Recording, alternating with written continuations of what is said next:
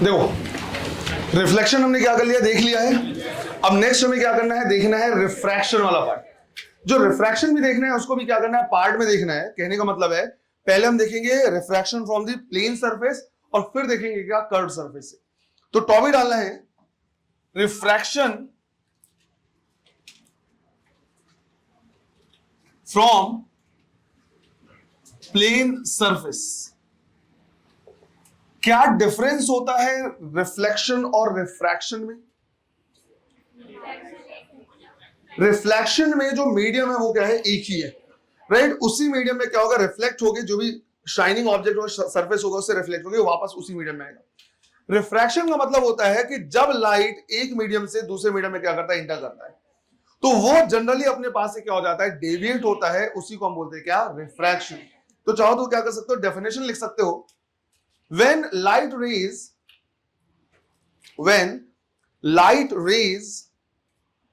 enters from one medium to another,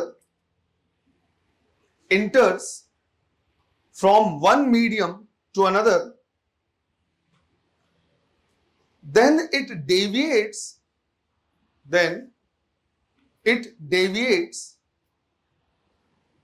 from its original path,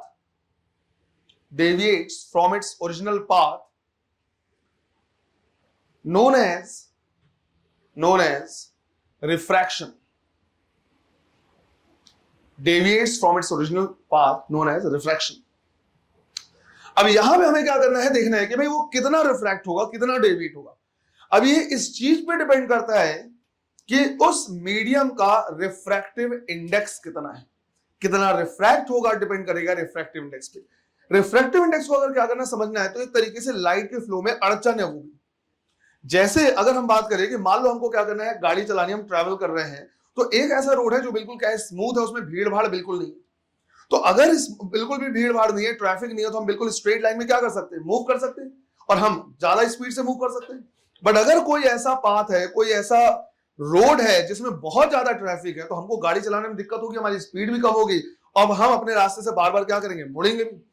kind of कुछ उसी तरीके का क्या होता है, रिफ्रैक्टिव इंडेक्स होता है, जिसमें लाइट को ट्रैवल करने में जितनी ज्यादा दिक्कत होती है, लाइट के लिए उतना डेंसर मीडियम होता है। तो इसको हम बोलते हैं ऑप्टिकली डेंसर। ऑप्टिकली डेंसर कहने का मतलब है कि जरूरी नहीं है कि जिसका मास डेंसिटी ज्यादा हो वो लाइट के ट्रैवल में भी उतनी ज्यादा दिक्कत क्रिएट करे। तो लाइट के लिए डेंसर वो कहलाएगा जिसके लिए रिफ्रैक्टिव इंडेक्स क्या होगा, ज्यादा होगा। तो इस चीज का क्या करना है, ध्यान रखना है कि डेंसर मीडियम जब हम क्या कहते हैं, बोलते हैं, तो उसकी मास डेंसिटी ज्यादा हो ऐसा जरूरी नहीं है, वो कहलाता है ऑप्टिकली डेंसर। मतलब लाइट के लिए परेशानी उसमें ज्यादा है, लाइट की स्पीड उतनी क्या हो जाएगी, कम हो जाएगी। इसलिए उसको टर्म को हम क्या करते हैं, रिप्लेस कर देते हैं किससे, रिफ्रैक्टिव इंडेक्स से। तो अगर यहां पे हम क्या करें, बात करें रिफ्रैक्टिव इंडेक्स की, तो बेसिकली ये और कुछ नहीं, लाइट की स्पीड जो वैक्यूम में होती है डिवाइड बाय लाइट की स्पीड जो मीडियम में होगी, उसका क्या होगा, रेशियो होगा। यहां से हमें देख के समझ में आ जाएगा कि भाई लाइट की स्पीड किसी मीडियम में जितनी कम होगी, हम कहेंगे उस मीडियम का रिफ्रैक्टिव इंडेक्स उतना ही ज्यादा है, वो लाइट के ट्रैवल में उतनी ज्यादा क्या करेगा, परेशानी क्रिएट करेगा, लाइट उतना ही धीरे उसमें हो जाएगा, स्लो हो जाएगा। क्लियर है ये? अब ये भी क्या करना है, ध्यान रखना है कि ये हो गया क्या, रिफ्रैक्टिव इंडेक्स ऑफ मीडियम। ये पर्टिकुलर एक मीडियम का रिफ्रैक्टिव इंडेक्स है, जो velocity of light in vacuum divide by velocity of light in medium का क्या होता है, रेशियो होता है। तो इसको हम लिख रहे हैं velocity of light in vacuum, और ये हो गया क्या, velocity of light in medium, जिससे हम ये समझ में आ जाएगा कि ये एक यूनिटलेस एंड डायमेंशनलेस क्वांटिटी होगी, और ये हो गया रिफ्रैक्टिव इंडेक्स ऑफ मीडियम। अब यहां पे कई क्वेश्चन तो रिफ्रैक्टिव इंडेक्स से आ जाएगा। जैसे रिफ्रैक्टिव इंडेक्स जो होता है, ये हो गया absolute refractive index of any medium, but relative भी होता है कि इसके रिस्पेक्ट में दूसरा जो है वो कितना है। जैसे रिलेटिव डेंसिटी होती थी, उसी तरह से रिफ्रैक्टिव इंडेक्स भी रिलेटिव होता है कि एक मीडियम के रिलेटिव में दूसरा मीडियम का हम क्या करते हैं, रिफ्रैक्टिव इंडेक्स बताते हैं। तो जैसे मान लो अगर कहीं पे ऐसा टर्म लिखा हुआ है μ21, तो इसका मतलब होता है refractive index of second medium with respect to first medium. Refractive index of second medium with respect to first medium, ये मीनिंग होता है। और इसको लिखेंगे कैसे, इसको लिखेंगे μ2 डिवाइड बाई μ1। तो μ21 को या तो हम μ2 डिवाइड बाई μ1 लिख सकते हैं, या μ2 को हम लिख सकते थे c बाई v2 और μ1 को लिख सकते थे c बाई v। तो c से c कैंसिल, v1 ऊपर जाएगा v2 नीचे आएगा, तो यही हो जाएगा क्या, v1 बाई v2। इस पॉइंट को ध्यान रखना, अगर μ21 लिखा है तो म्यू के टर्म में 2 डिवाइड बाई 1 होगा, लेकिन वेलोसिटी के टर्म में v1 डिवाइड बाई v2 होगा। फर्दर अगर हमें क्या करना है, देखना है कि μ21 कितना होगा, तो हम इसको चाहे तो 1 डिवाइड बाई μ12 लिख सकते हैं। इसका मतलब हुआ कि refractive index of second medium with respect to first किसके बराबर होगा, 1 by refractive index of first medium with respect to second medium. ये देख के हम सीधा समझ ही सकते हैं वैसे भी, है ना, इसका जस्ट उल्टा करते रेसिप्रोकल ले ले। तो फर्दर कभी कभी क्या करेगा, ऐसे बोलेगा कि फर्स्ट का दिया है सेकंड के रिस्पेक्ट में, सेकंड का दिया है थर्ड के रिस्पेक्ट में, और तुमसे पूछ लेगा फर्स्ट का बताओ थर्ड के रिस्पेक्ट में। तो अगर कभी ऐसा हुआ कि जैसे मान लो मुझे क्या करना है, लिखना है refractive index of third with respect to first, तो इसको हम लिख सकते हैं third with respect to second multiplied by second with respect to first. ये कुछ जाना पहचाना लग रहा है। रिलेटिव वेलोसिटी में ऐसी बनी, रिलेटिव वेलोसिटी में अगर हमें निकालना है velocity of third with respect to first, तो velocity of third with respect to 2 plus 2 with respect to 1 लिख सकते थे। जो अंदर वाला टर्म हो क्या हो जाएगा, कैंसिल, और हमें मिल जाएगा थर्ड का with respect to first.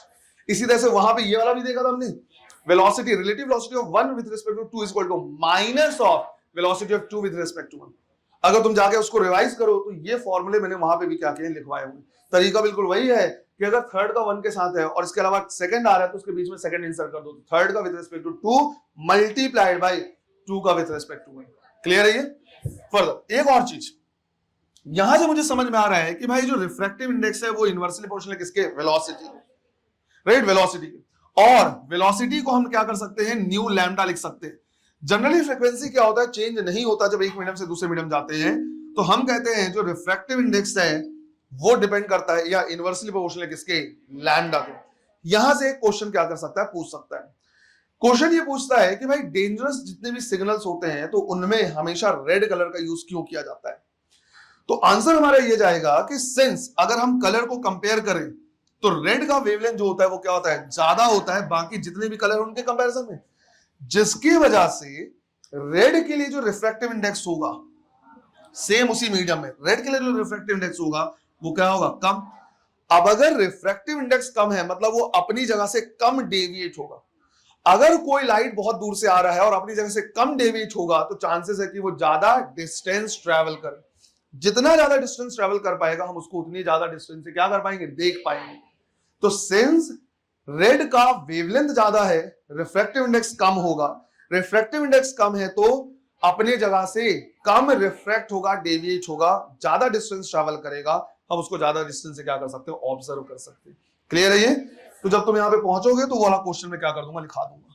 Clear यहां तक है ना। इन सारी चीजों का ध्यान रखना। पहला इसका और वेलोसिटी के टर्म में कैसे लिखते हैं, दूसरा इसको कैसे एक्सपैंड करके लिखेंगे, है ना। चलो नोट करो पहले। why red color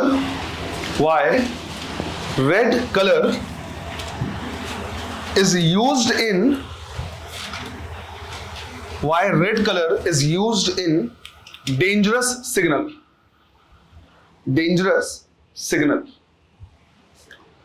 आंसर लिखना है since the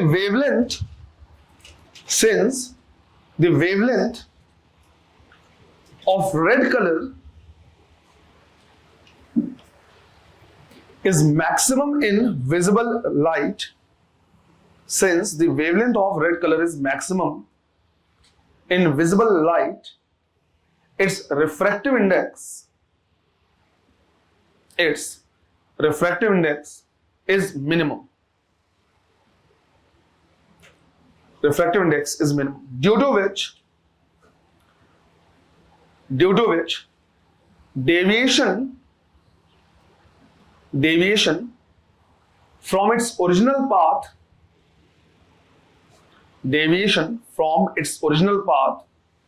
is least for this color for this color and it can travel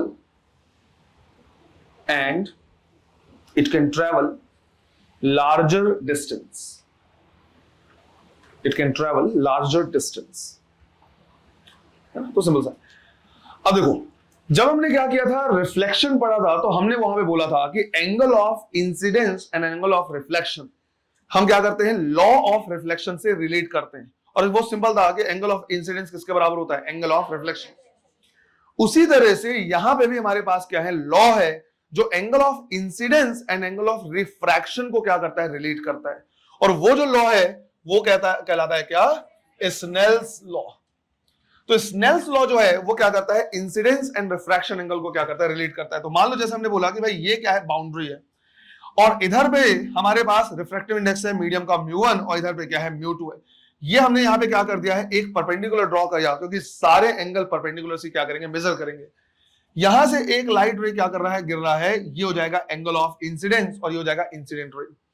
और ये जब दूसरे मीडियम में क्या करेगा, जाएगा तो अपने पास से क्या हो जाएगा, डेविएट, ये हो जाएगा एंगल ऑफ रिफ्रैक्शन।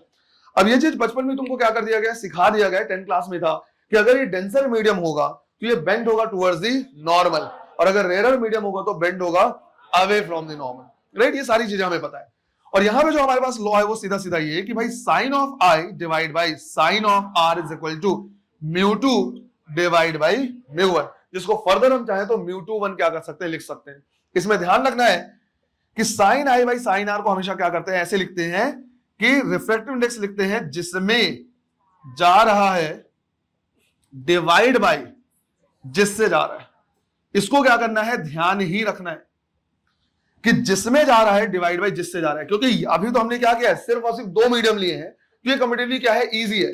लेकिन अभी क्या करेंगे, 2 से 3 मीडियम ले लेंगे। पहले बोलेगा 1 से 2 में जा रहा है तो इतना रिफ्रैक्टिव इंडेक्स है, 2 से 1 में जा रहा है इतना है, 1 से 3 में जा रहा है, ऐसे करके। तो वहां पे कंफ्यूजन होने के क्या है, चांसेस है। तो इस चीज को क्या करना है, बिल्कुल एज इट इज लिखना है। हिंदी मैंने पहली बार लिखा है शायद बोर्ड में, अगर मैंने पहली बार लिखा है इसका मतलब है ग्रेविटी समझ जाओ, ये ऐसे ही याद होना चाहिए। दूसरी बार लिखा है बोर्ड में, हिंदी दूसरी बार लिखा है, पहली बार कब लिखा था, हाँ, कैलकुलेशन में गलती नहीं करनी। ये याद करो, आरएमएस वेलोसिटी में लिखा था मॉलिक्यूलर वेट जो है किलोग्राम में लेना है, लिखवाया था, याद है या भूल गए, है ना। तो इसी तरह से यहां पे भी हिंदी में ही लिखना और ध्यान रखना है। तो साइन है भाई साइन आर क्या लिखेंगे, जिसमें जा रहा है डिवाइड बाई जिससे जा रहा है। राइट, जिसमें जा रहा है उसका रिफ्रैक्टिव इंडेक्स डिवाइड बाई जिससे जा रहा है। क्लियर है ये, चलो इसको भी नोट कर लो जल्दी से। तो यहां पे जब क्या होता है, लाइट एक मीडियम से दूसरे मीडियम क्या करता है, इंसर्ट जाता है, तो यहां पे 2 तरीके के शिफ्ट होते हैं। एक कहलाता है लैटरल शिफ्ट या पैरेलल शिफ्ट, दूसरा होता है नॉर्मल शिफ्ट या परपेंडिकुलर शिफ्ट।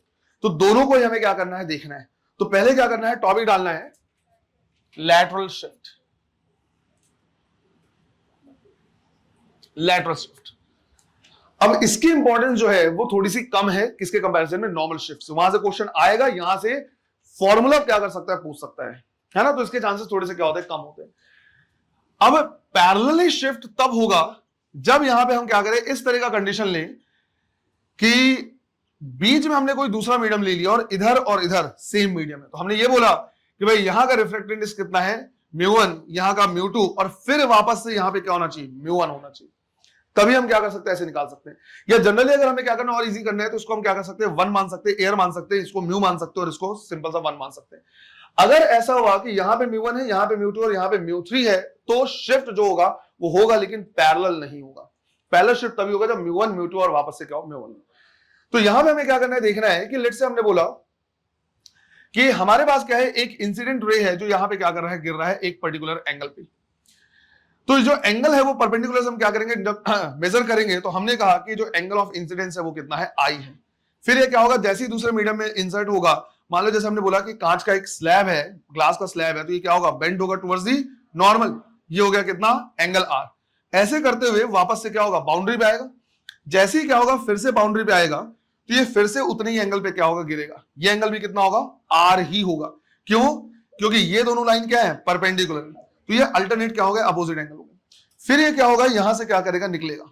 ये एंगल कहलाएगा इमर्जेंस एंगल, और जो एंगल ऑफ इंसिडेंस है और एंगल ऑफ इमर्जेंस है वो क्या होंगे, सेम होंगे, इक्वल होंगे। अब यहां पे अगर हम क्या करें देखें, तो हम कह रहे हैं कि भाई ये जो लाइट है, अगर ये बीच में स्लैब नहीं होता तो वो इस तरह से जाता, राइट। अगर ये स्लैब नहीं होता तो ये लाइट जो है वो सीधा ऐसे जा रहा था, बट अब यहां पे जा रहा है, तो वो अपनी जगह से क्या हो गया है, पैरेलली शिफ्ट हुआ है। वहां जाता बट अब यहां से जा रहा है।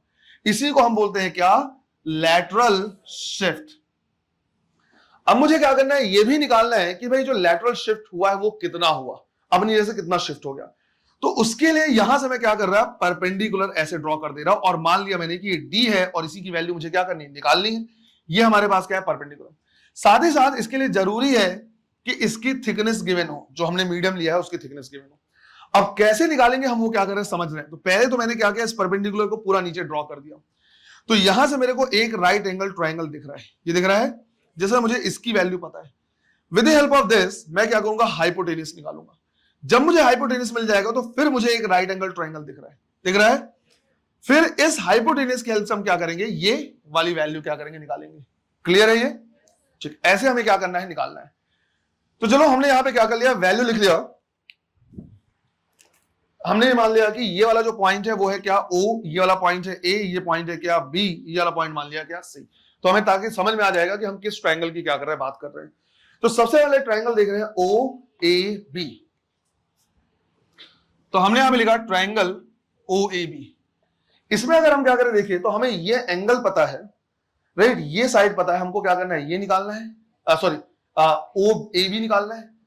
तो हमें यूज करना पड़ेगा क्या, राइट, क्योंकि ये हो जाएगा क्या, बेस, और ये क्या है, हाइपोटेनस। हमें यूज करना पड़ेगा कॉस थीटा।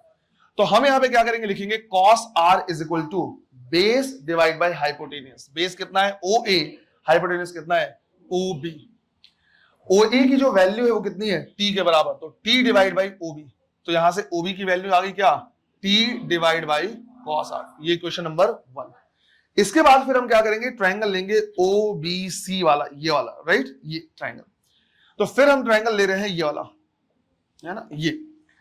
अब इसमें हम क्या कर रहे हैं, देख रहे हैं कि भाई हमें अब हाइपोटेनस पता है, हमें इसकी वैल्यू निकालनी है, तो हमें कोई एंगल पता होना चाहिए, है ना। तो ये वाला एंगल हम क्या कर सकते हैं, ले सकते हैं ये वाला एंगल। ये टोटल देखो, ये वाला टोटल एंगल जो है, ये कंप्लीट एंगल कितना है, I है ना। इन दोनों को अगर तुम देखो तो टोटल एंगल I है, और ये कितना है, R। तो ये कितना बचा, I माइनस R। क्लियर है ये। अब इस ट्रायंगल के लिए ये क्या है, परपेंडिकुलर, जो मुझे क्या करना है, निकालना, और ये क्या है, हाइपोटेनस। तो मुझे क्या यूज करना चाहिए, साइन। तो अब हम क्या करेंगे, लिखेंगे साइन I माइनस R। इसके लिए लिखेंगे परपेंडिकुलर, ये हो गया क्या, BC, और ये हो गया क्या, OB। इसकी वैल्यू हमें क्या करनी, निकालनी है, और OB की वैल्यू गिवन है। तो यहां से हम क्या कर सकते हैं, निकाल सकते हैं D is equal to OB times sine I minus R, और OB की वैल्यू कितनी, T। तो ये हो जाएगा T into sine I minus R divide by cos R। इतना क्या हो जाएगा, ये लैटरल शिफ्ट हो जाएगा। क्लियर है ये, ऐसे। तो इस फॉर्मूले को अगर तुम क्या कर पाओ, याद रख पाओ तो ठीक है, अदरवाइज मैंने पहले ही बता दिया कि इसकी इंपॉर्टेंस थोड़ी कम है। न्यूमेरिकल पूछने के चांसेस कम है, ज्यादा हो सकता है कि क्वेश्चन ही क्या कर ले, पूछ ले कि इनमें से कौन सा फॉर्मूला शिफ्ट है, या लैटरल डिस्प्लेसमेंट कितना होगा। क्लियर, चलो इसको लिखो। सेकंड हम देखेंगे नॉर्मल डिस्प्लेसमेंट, वो इंपॉर्टेंट है।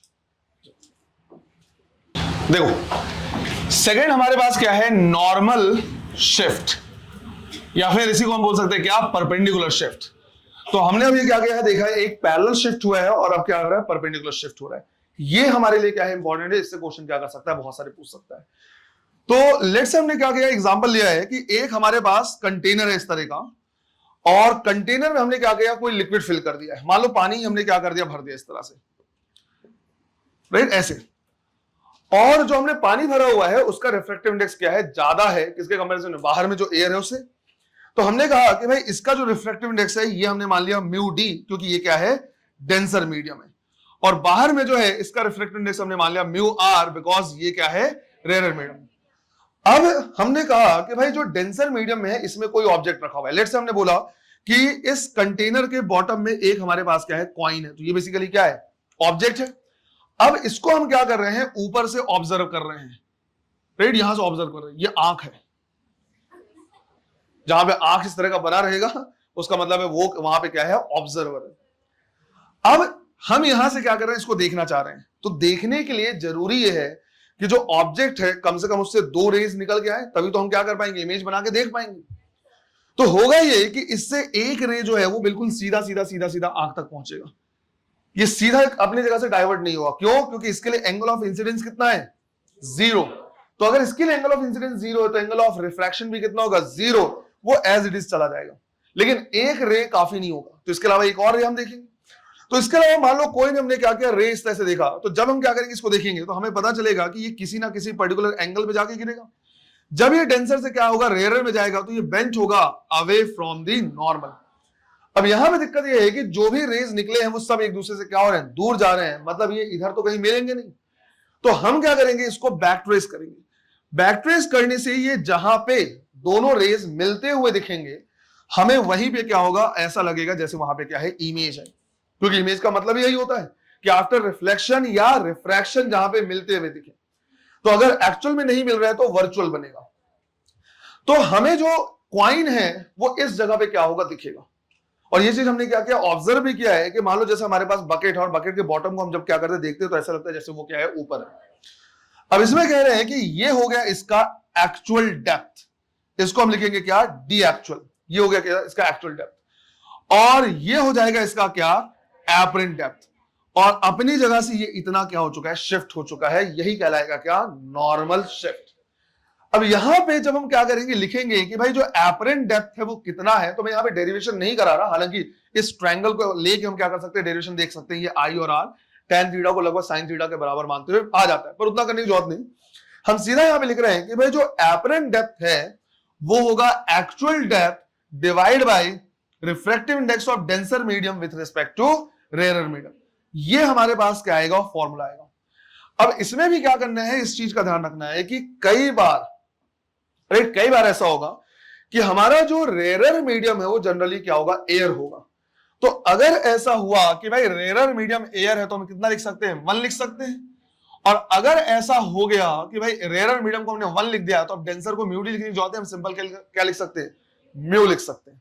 हम सिंपल उसको क्या लिख देंगे, म्यू लिख देंगे।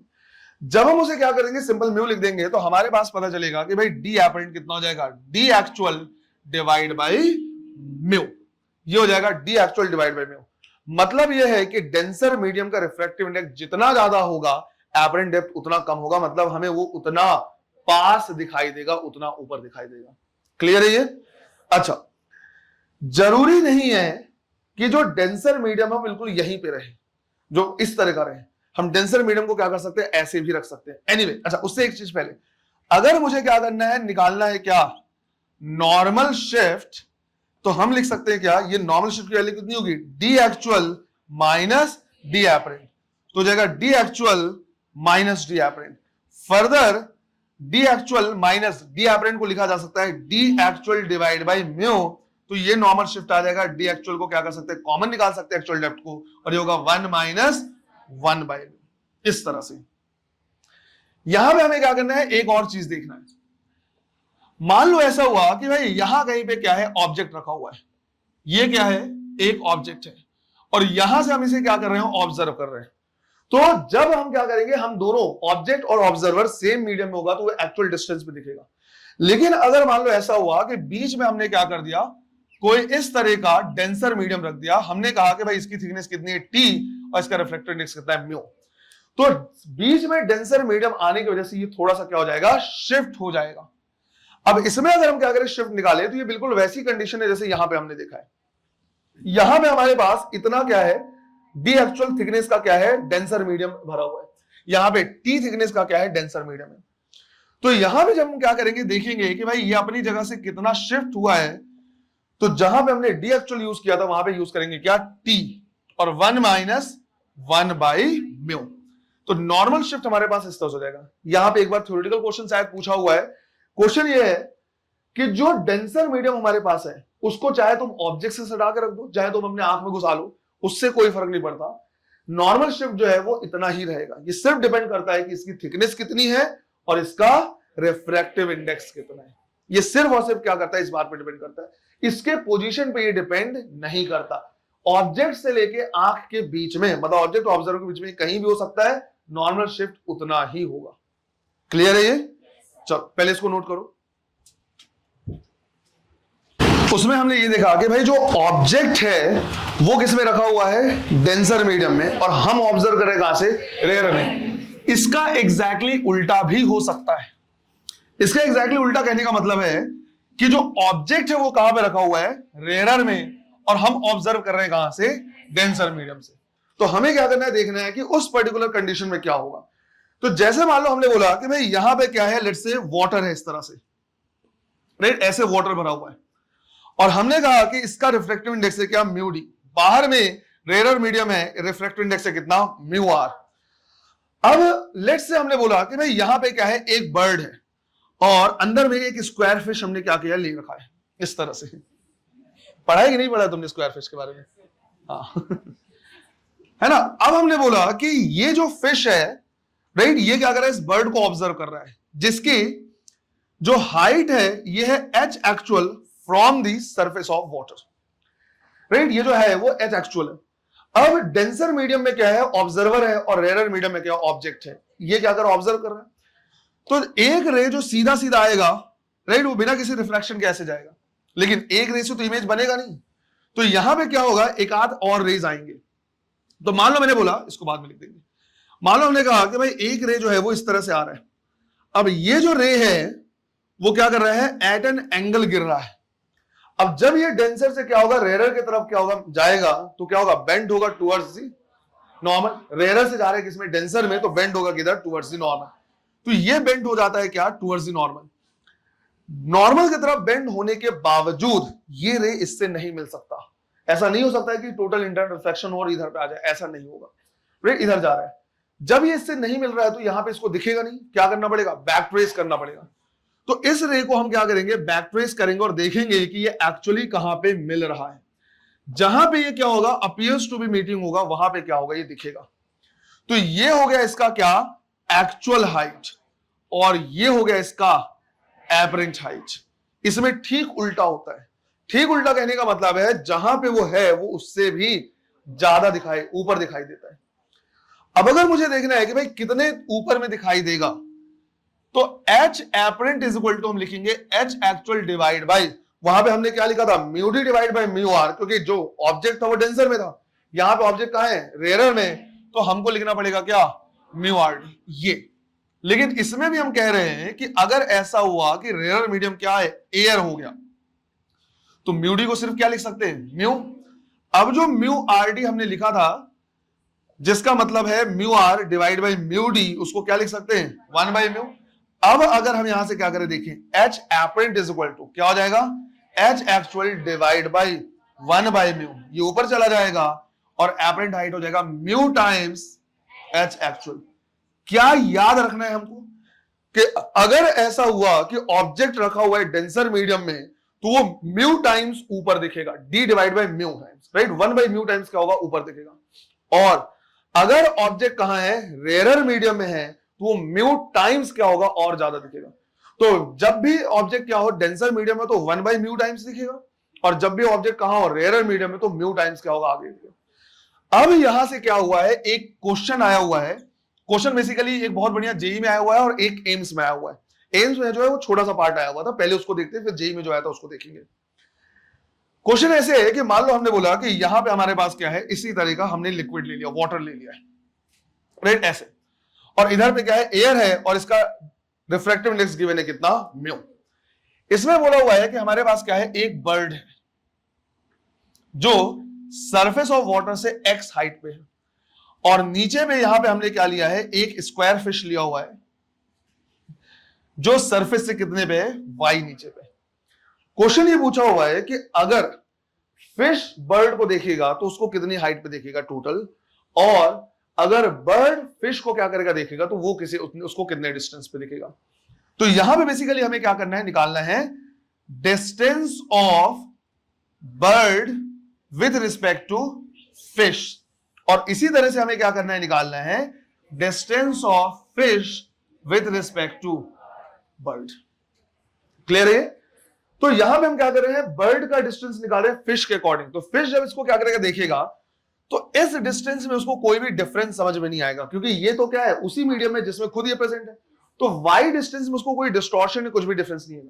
लेकिन जो x है वो x नहीं बल्कि म्यू टाइम्स ज्यादा दिखेगा। तो टोटल डिस्टेंस कितना हो जाएगा, y plus mu times x। इतना डिस्टेंस उसको एज इट इज दिखेगा और ये डिस्टेंस बढ़ के दिखेगा। क्लियर है ये? इसी तरह से अगर हम डिस्टेंस ऑफ फिश निकाले विद रिस्पेक्ट टू बर्ड, मतलब बर्ड के हिसाब से फिश कितने गहराई पे है, तो x तो उसको एज इट इज दिखेगा, कोई दिक्कत नहीं, लेकिन जो y है वो थोड़ा सा ऊपर दिखेगा। तो टोटल कितना हो जाएगा, x plus y by mu. Right? तो जो क्वेश्चन आया था वो सिंपल सा इतना आया था कि इनमें से कौन सा ऑप्शन सही है, ऐसे करके दिया हुआ था। लेकिन जेई में इस क्वेश्चन को थोड़ा सा और आगे क्या कर गया, लेके गया है, एक बढ़िया क्वेश्चन यहां से और बनता है। तो पहले इसको नोट करो, फिर क्या करा आगे करा रहा। क्वेश्चन लिखना है, a fish rising vertically, a fish rising vertically to the surface of water, to the surface of water at a rate of 3 meter per second, at a rate of 3 meter per second, observes a bird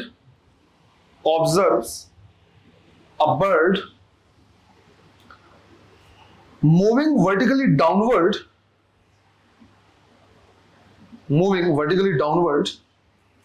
at a rate of 9 meter per second, at a rate of 9 meter per second. If the refractive index of water is, if the refractive index of water is 4/3, find the actual velocity of bird. Find the actual velocity of bird.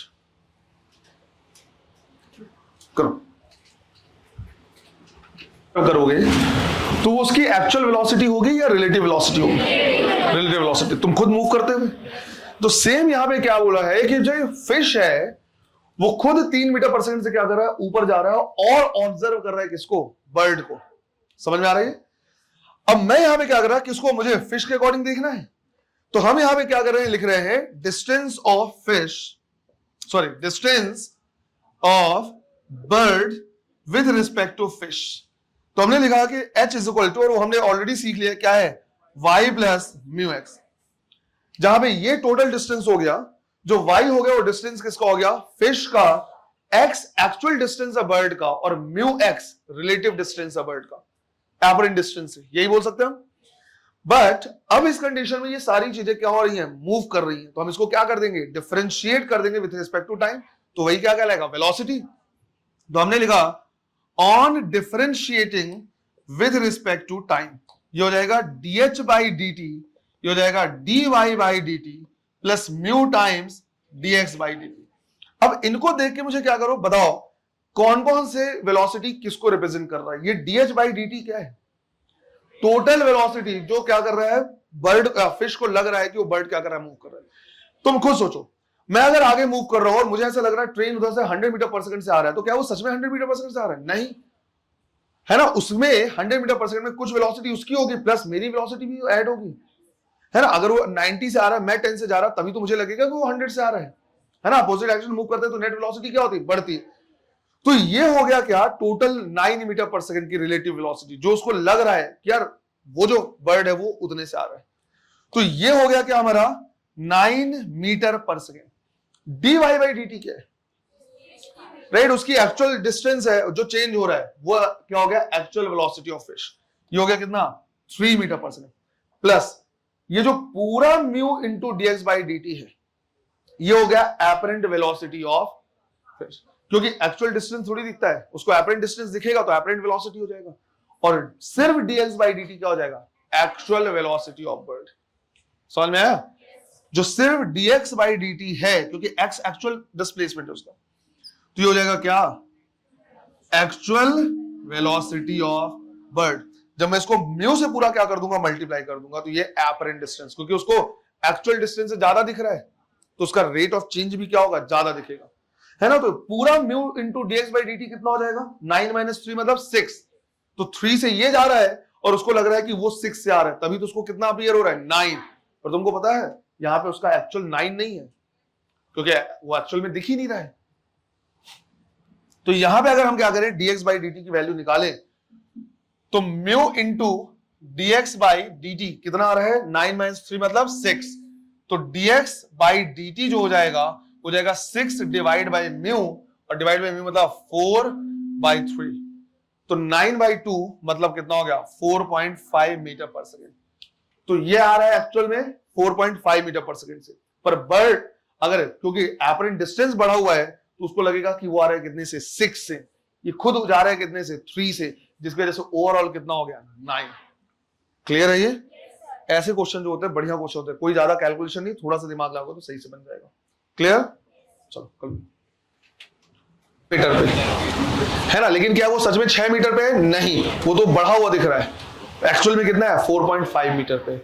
तो अगर हम 1 second का concept लेके क्या करेंगे तो distance आराम से आ जाएगा, है ना। 1 सेकेंड का कॉन्सेप्ट लेंगे तो distance of bird with respect to fish total कितना आ जाएगा 9 मीटर, जिसमें से खुद ये 3 मीटर पे है, तो ये उसको कितने पे लगेगा 6 मीटर पे। लेकिन हमें पता है कि उसको बढ़ा हुआ डिस्टेंस लग रहा है, एक्चुअल में वो 6 मीटर पे नहीं है, कितने पे है 4.5 मीटर पे। तो वही हमें निकालना था कि एक्चुअली कहां प्रेजेंट है। क्लियर? चलो, अरे रब कर दूं? ठीक है,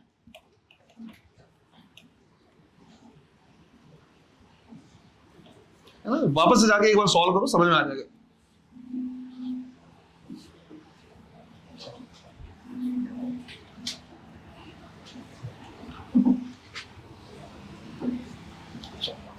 नेक्स्ट क्वेश्चन लिखना है,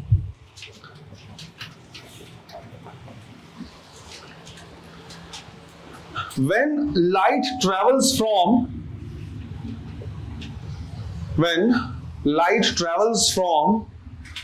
medium 1 to medium 2,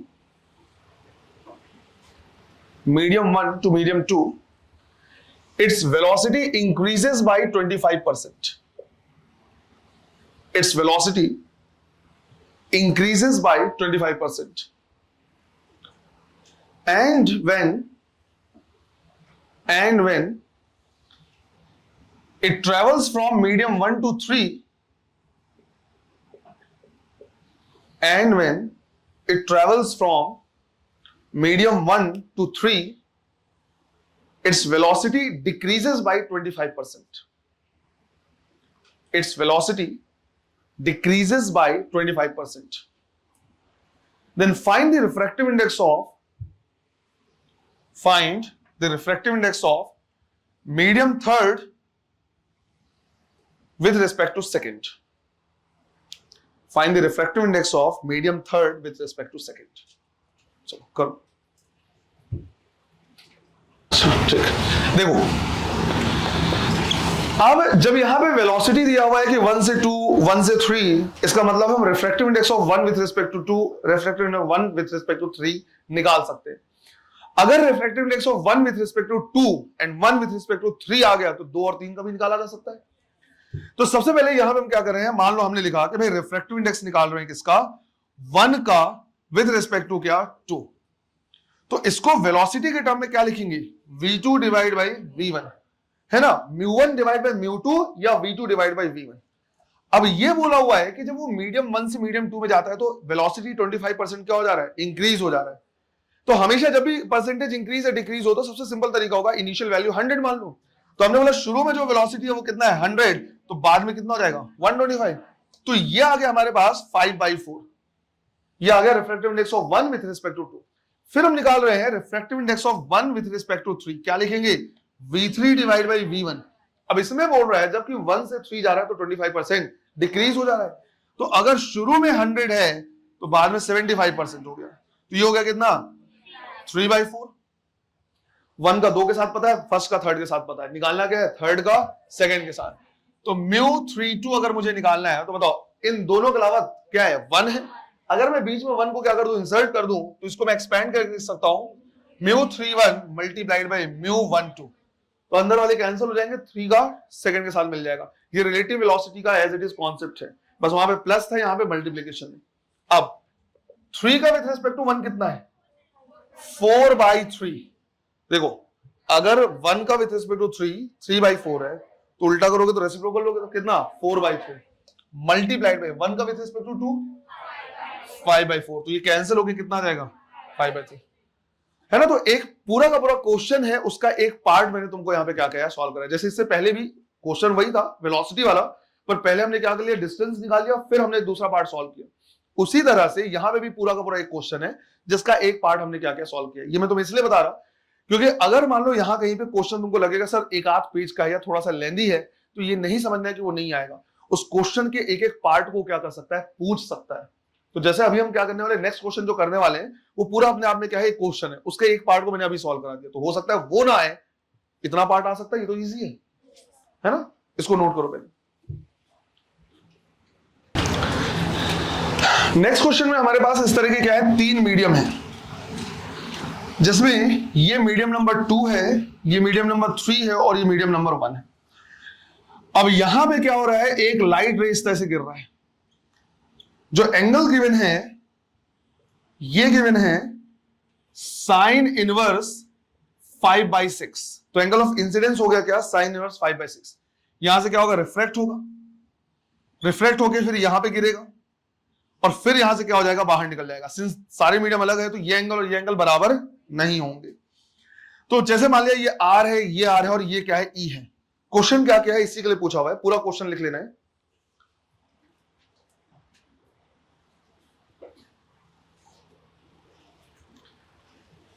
For the given diagram, when light enters from medium 1 to medium 2, its speed increases by 25%. Its speed increases by 25%. And when it enters from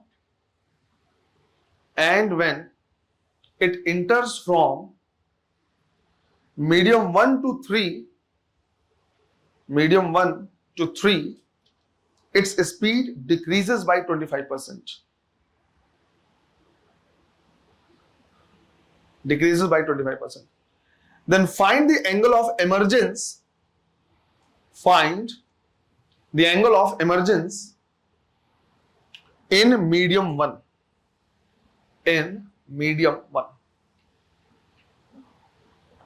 तो यहां पे क्या करना है इसकी वैल्यू हमें क्या करनी निकालनी है। तरीका क्या रहेगा, आई दिया है तो आर निकालोगे, फिर आर पता चल जाएगा तो ई निकाल सकते हो, बट उसके लिए रिफ्रैक्टिव इंडेक्स पता होना चाहिए। तो वो रिफ्रैक्टिव इंडेक्स के लिए क्या दिया है बाकी हिंट दिया हुआ है। क्लियर है ये, चलो करो। तुमको तो तरीका ही बता दिया मैंने। इसकी हेल्प से इसको निकालो, इसकी हेल्प से इसको निकालो, बस खत्म। रिफ्रैक्टिव इंडेक्स पूरा पता ही है। तो सबसे पहले हम क्या लेंगे इंटरफेस 2 और 3। अब यहां पे देखो जरा i इज इक्वल टू क्या गिवन है साइन इनवर्स 5/6। तो साइन i की वैल्यू कितनी 5/6 सीधा सीधा ये दिया ही है। तो यहां पे हम क्या करेंगे लिखेंगे sine i divide by sine r is equal to जिसमें जा रहा है डिवाइड बाई जिससे जा रहा है μ3 डिवाइड बाई μ2 μ32। इसकी वैल्यू निकाली है कितनी है 5/3। तो ये 5/3। तो यहां से हमने तुरंत क्या निकाल लिया साइन r। तो sine r is equal to कितना हो जाएगा 3/5 मल्टीप्लाइड बाई साइन i। तो 3/5 मल्टीप्लाइड बाई साइन i की वैल्यू कितनी है 5/6। कितना आ गया 1/2। क्लियर ये। फिर हम यहां पे निकालेंगे, फिर हम लिखेंगे क्या इंटरफेस 3 और 1। यहां पे लिखेंगे sine r divide by sine e divide is equal to जिसमें जा रहा है μ1 डिवाइड बाई μ3 मतलब μ13। ये कितना गिवन है कितना 3/4। तो इसको 3/4 लिख लो। तो यहां से sine e is equal to कितना जाएगा 4/3 मल्टीप्लाइड बाई साइन r। तो 4/3 मल्टीप्लाइड बाई साइन r की वैल्यू कितनी 1/2। कितना आ गया 2/3। तो इमरजेंस एंगल कितना साइन इनवर्स 2/3। क्या इतना टाइम लगा रहे तुम इसमें, करो जल्दी से।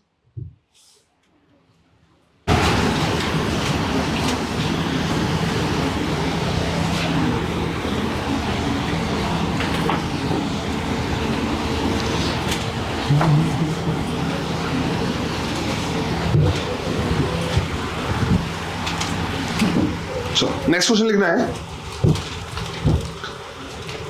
Refractive index of glass, refractive index of glass relative to water is, refractive index of glass relative to water is 1.2 and that of water relative to medium x is 10 by 11 is 10 by 11. Full stop. If the speed of light in glass is 1.875 into 10 to the power 8 meter per second, if the speed of light in glass is 1.875 into 10 to the power 8 meter per second, find the speed in medium x. Find the speed in medium x. करो। Refractive index हमको नहीं पता, relative पता हो सकता है कि with respect to this, with respect to that, लेकिन एग्जैक्ट हमें नहीं पता। और यहां पे हमें ग्लास में वेलोसिटी दिया हुआ है, x में हमें क्या करना है, निकालना है। तो हमें रिफ्रैक्टिव इंडेक्स ऑफ ग्लास चाहिए विद रिस्पेक्ट टू x, या refractive index of x with respect to glass, ये चाहिए। तो जैसे मान लो मुझे क्या करना है, निकालना है कि भाई refractive index of glass with respect to x, तो ग्लास और x के अलावा तीसरा कंपोनेंट क्या है, वाटर।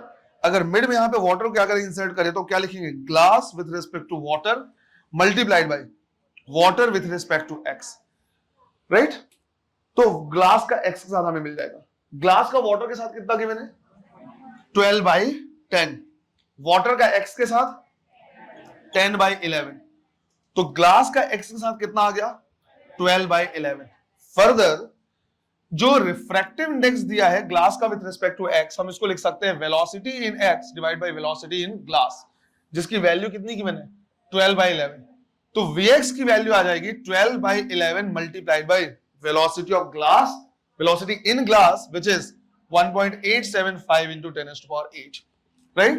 तो इससे थोड़ा सा क्या आएगा, ज्यादा आएगा, जो अगर कैलकुलेट करोगे तो आएगा 2.04 into 10 to the power 8 metre पर सेकेंड, है ना। ऐसा करो। नेक्स्ट क्वेश्चन लिखना है, monochromatic light falls at an angle of incidence I.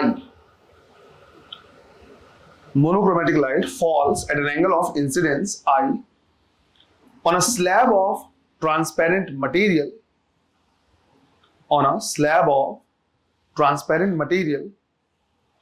of refractive index mu,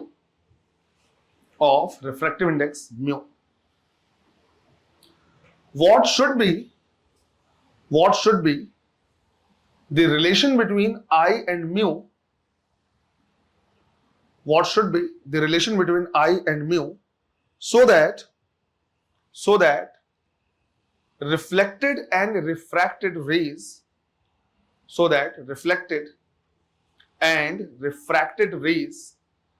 are mutually perpendicular,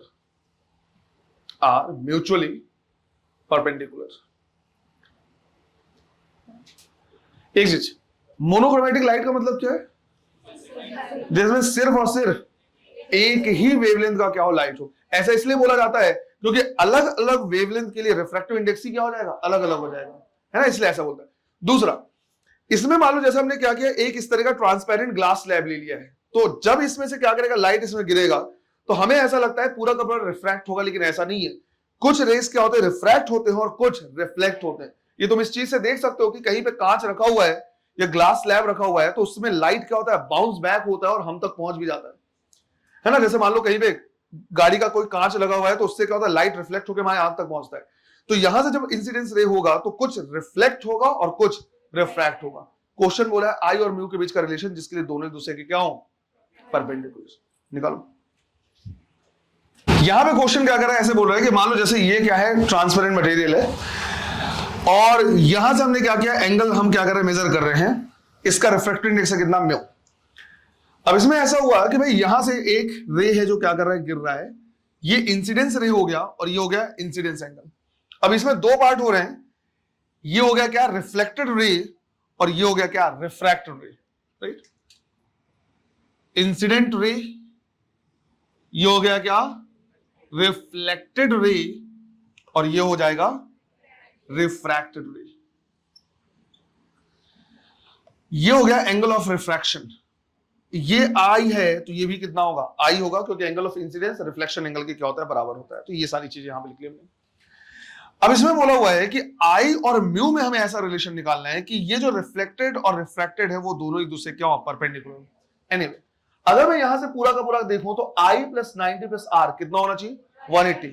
तो हमें दिख रहा है कि आई प्लस 90 डिग्री प्लस आर किसके बराबर है, 180 के बराबर। तो यहां से हम लिख सकते हैं कि आई प्लस आर कितना, 90 डिग्री के बराबर। आर को मैं लिख सकता हूं क्या, 90 माइनस आई, और अगर मैं दोनों को क्या करूं, साइन ले लूं, तो मैं लिखूंगा sine R is equal to sine 90 minus R, और sine 90 minus theta cos theta. तो sine R is equal to क्या आ जाएगा, कॉस आई। ये हमें समझ में आ गया। ऐसा हमने इसलिए लिखा है क्योंकि अगर आई और म्यू में रिलेशन निकालना है तो वो सिर्फ आएगा किससे, स्नेल्स लॉ से, राइट, स्नेल्स लॉ। और अगर मैं स्नेल्स लॉ क्या करूंगा, लिखूंगा तो sine i divide by sine r लिखना पड़ेगा। तो साइन आर के लिए हमने क्या कर लिया, पहले वैल्यू निकाल ली, ये कितना हो जाएगा, जिसमें जा रहा है डिवाइड बाई जिससे जा रहा है, तो म्यू। अब फर्दर साइन आर की जगह पे मैं क्या लिखूंगा, कॉस आई, तो जगह sine i divide by cos i is equal to mu, तो ये हो गया टेन आई। तो आई इज इक्वल टू क्या लिख सकते हैं, टेन इनवर्स म्यू। ये क्वेश्चन यहां पे मैंने इसलिए करवाया है क्योंकि ये जो है I is equal to tan inverse mu, ये आगे जाके हम जब क्या करेंगे, पढ़ेंगे पोलराइजेशन, तो वहां पे ब्रूस्टर्स लॉ के नाम से हमको इसको क्या करने वाले, पढ़ने वाले। तो वेव ऑप्टिक्स में एक टर्म होता है पोलराइजेशन, पोलराइजेशन याद है थोड़ा मोड़ा, राइट। तो वहां पे हम क्या करेंगे, इसको पढ़ेंगे कि उसमें जब इंसिडेंस या जो इलेक्ट्रिक फील्ड होता है वो किसी एक ही पर्टिकुलर डायरेक्शन में क्या करे, वाइब्रेट करे, तो वो कहलाएगा क्या, पोलराइज्ड लाइट। अभी 2 साल पहले या 3 साल पहले ये क्वेश्चन भी आया था।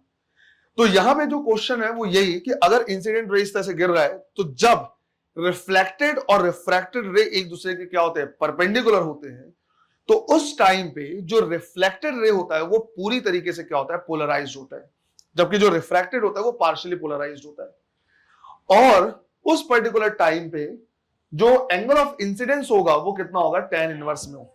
हम वहां पे क्या करते हैं, इसको उल्टा इंटरप्रेट करते हैं। अभी हमने बोला कि जब ये दोनों एक दूसरे के परपेंडिकुलर हैं तो एंगल ऑफ इंसिडेंस कितना है, टेन इनवर्स म्यू। हम कहते हैं कि अगर I is equal to tan inverse mu पे हम इसको क्या करें, गिराएं, तो रिफ्लेक्टेड और रिफ्रैक्टेड एक दूसरे के क्या होंगे, परपेंडिकुलर। हम ऐसा बोल सकते। और जब रिफ्लेक्टेड और रिफ्रैक्टेड एक दूसरे के परपेंडिकुलर होता है तो रिफ्लेक्टेड रे कंप्लीटली पोलराइज्ड होता है और ये पार्शियली पोलराइज्ड होता है। इसी को ब्रूस्टर्स लॉ के नाम से क्या करते जानते हैं। तो पोलराइजेशन के टाइम पे इसको भी देखेंगे। क्लियर है ये? चलो इसको भी नोट करो। देखो, तो अभी तक हमने जो क्या किए, क्वेश्चंस किए हैं वो जनरली रिफ्रैक्टिव इंडेक्स पे किए हैं, है ना। नेक्स्ट हमें क्या करना है, देखना है शिफ्ट पे, नॉर्मल शिफ्ट वगैरह के पे क्वेश्चन लिखना है। An observer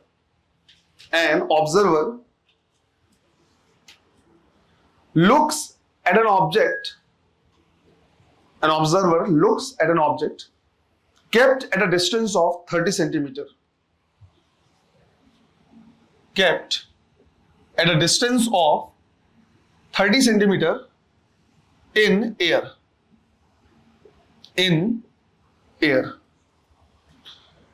if a rectangular glass plate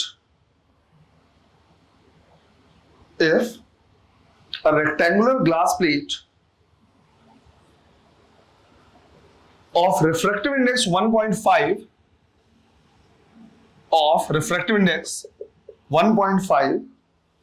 is placed between observer and object, it appears to be at a distance of 25 centimeter. It appears to be at a distance of 25 centimeter. Find the thickness of slab. Find the thickness of slab. करो। जब बीच में glass slab डाल दिया गया तो अब वो कितने पे दिख रहा है? 25 पे दिख रहा है। मतलब शिफ्ट कितने का हो गया? 5 का। तो हम यहां पे सीधा सीधा बोल रहे हैं कि भाई जो शिफ्ट हुआ है वो हुआ है कितने का? 5 सेंटीमीटर का। तो अब तो हमारे पास फॉर्मूला ही है T1 - 1 by म्यू। तो 5 is equal to T1 - 2 by 3, क्योंकि 1.5 मतलब 3 by 2 और 1 by म्यू लिखेंगे तो 2 by 3। तो यहां से T कितना आ जाएगा? 15 सेंटीमीटर। क्लियर है? इसमें क्वेश्चंस अभी कंप्लीट नहीं हुए, एक्चुअली अच्छे अच्छे क्वेश्चंस में बनते हैं। तो कुछ क्वेश्चन जो है वो हम क्या करेंगे, कल वाली क्लास में देखेंगे। तो इसमें जो और न्यूमेरिकल्स हैं, मतलब refraction from the plane surface पे क्वेश्चन हम कल देखेंगे। साथ ही साथ कल ही हम टोटल इंटरनल रिफ्लेक्शन भी देखेंगे और उस पर बेस्ड भी न्यूमेरिकल देखेंगे। नंबर ऑफ क्वेश्चन में ट्राई कर रहा हूं कितने में करा दूं कि अगर तुम बाहर से प्रैक्टिस ना भी कर पाओ तो इधर का जो क्वेश्चन है वो तुम्हारा पूरा क्या रहे, अच्छे तरीके से इंटरेक्ट रहे। एक्सेप्ट लेंस, लेंस में मैं जितने भी क्वेश्चन कराऊंगा उसके बावजूद तुमको बाहर से क्वेश्चन क्या करना देखना। क्लियर है ये? चलो तो बाकी कंटिन्यू करेंगे अपन कल वाली क्लास में। Thank you.